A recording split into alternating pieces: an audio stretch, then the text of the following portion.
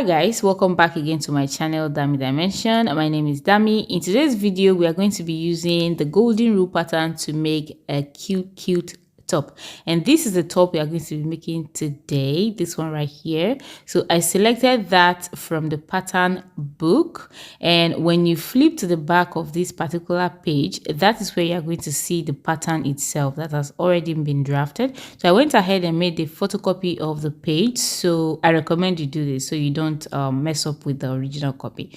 So this number 61 is the pattern, and this one is the front, while this is the back, and this is the rectangular piece that is on the design.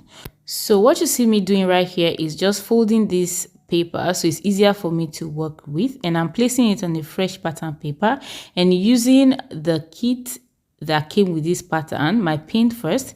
I'm grabbing the pin and also the tape measure of this pattern, and I'm going to be placing the pin on my bust circumference measurement. My bust circumference is 92, so I'm placing the pin on the 92, and I'm simply going to pin this down onto the cross that is on this pattern. Right, so just like that. If you don't understand this properly, maybe you can watch my previous video on where I explain how this pattern actually works. All right, so once you're done pinning it down, then this way you see that your tape is able to move around like this, and then what you need to do is to match the edge of the tape to those small lines that you can see at the bottom of those numbers. So match the edge of your tape to those numbers and then mark that particular number just like that. So right now I'm working with this 24. I match my tape to the line, and then it says 24, then I'm just going to mark 24.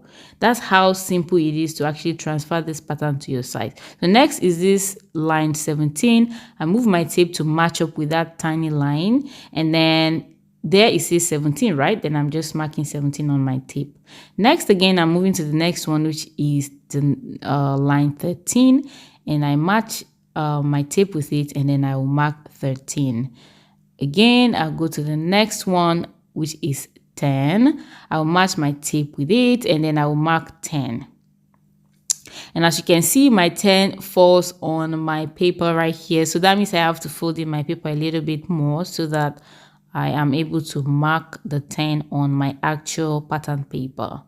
All right, so it's pretty repetitive and very simple, you guys. So that's what you just want to keep on doing. So go to the next line, match the edge of your tape to that small line, and whatever number is written on that line, then you should just mark it on your tape measure. And by the time you are done doing all of that, you just realize that the shape that you have on the pattern paper has been transferred to your fresh pattern paper. Just keep watching so you see what I'm doing and what we are going to create using this pattern.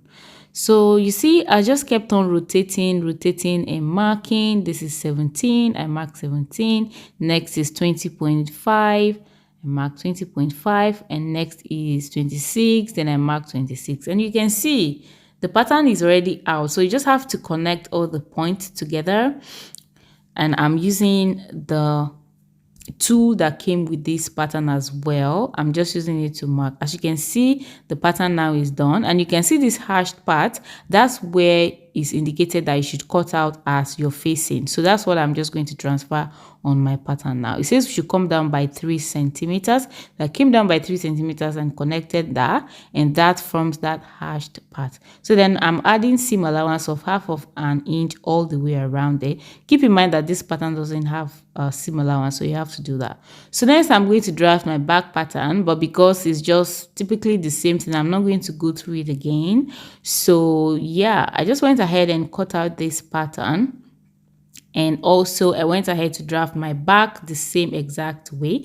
And once I was done drafting, I placed it on my fabric folded in 2. You can see my fabric is folded into 2. So I placed the pattern, and I'm just simply cutting it out exactly as it is. All right, because my seam allowance has already been added. So once I was done cutting, this is it. And then I also cut out the rectangular piece. It says we should use 8 by 80 centimeters, but I made mine a little bit bigger. This is my preference. I used 12 by 150 centimeters. I just want to be able to do more with this strip rather rather than just tying it around my neck. I want it to be more versatile. You will see what I mean in the end. Just keep on watching. All right, so here are all of the panels together. I have 2 front panels and 2 facings for the front panel. I used the hashed part on that pattern to cut out the facing, and I have 2 back panels as well, and also 2 facings for the back panel. And of course, here is the strip. This is all the entire panels. So I went ahead and overlocked the down part of my facing first, and then we are going to start joining. So first, you are going to sew in the dart. Of course, you should transfer it from the pattern to the fabric. Sew in the dart on the 2 back panels like so. And once you are done sewing in the dart, next I'm going to do is to hem the down part of all the 4 panels, basically the front and the back. So once I was done hemming and also sewing in the dart, this is what I have. And the next thing I'm going to do is to insert my zipper, and I'm using this open-ended zipper. So this is how you should install the zipper. You should place the right side of the zipper on the right side of the fabric like this and stitch it all the way along. And once you're done with that side, then flip it to the other side, right side facing, and stitch. All right, so once that is done, this is what I have. And as you can see, my zipper is longer, so I am just moving this one down so I can cut off the excess basically. So for the strip, I'm just going to fold it like this, and I'm going to simply give it a nice shape at the end. This is just my choice. You can do it as well if you want. I will do the same on the other side. Just cut it diagonally randomly. So next, I'm folding it right sides facing each other, and I'm going to be stitching all along this way by 1/2 inch all through the entire piece. So but I'm going to be leaving a little bit of opening somewhere about 5 inches long that I'm going to use to turn it to the right side. So once I was done doing that 1/2 inch stitch all the way through the strip, this is what I have. Then through that opening that I have, I'm turning it to the right side like so. All right, so I'm setting that aside. Now I'm going to be joining my facing. I'm going to be joining them along the shoulder. So I'm placing the facing together like this and joining it on the shoulder.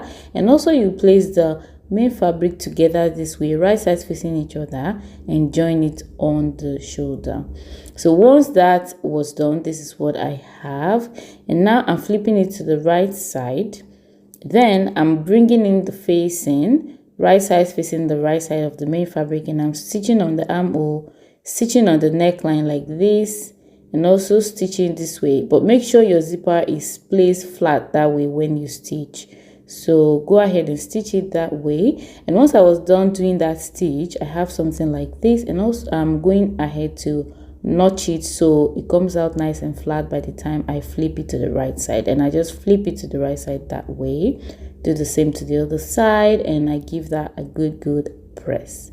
So once I was done pressing, the next thing I'm going to do is to combine the front together. So I'm flipping the front together like this, right sides facing each other, and I'm joining along the center front by 1/2 inch. As you can see, that was done.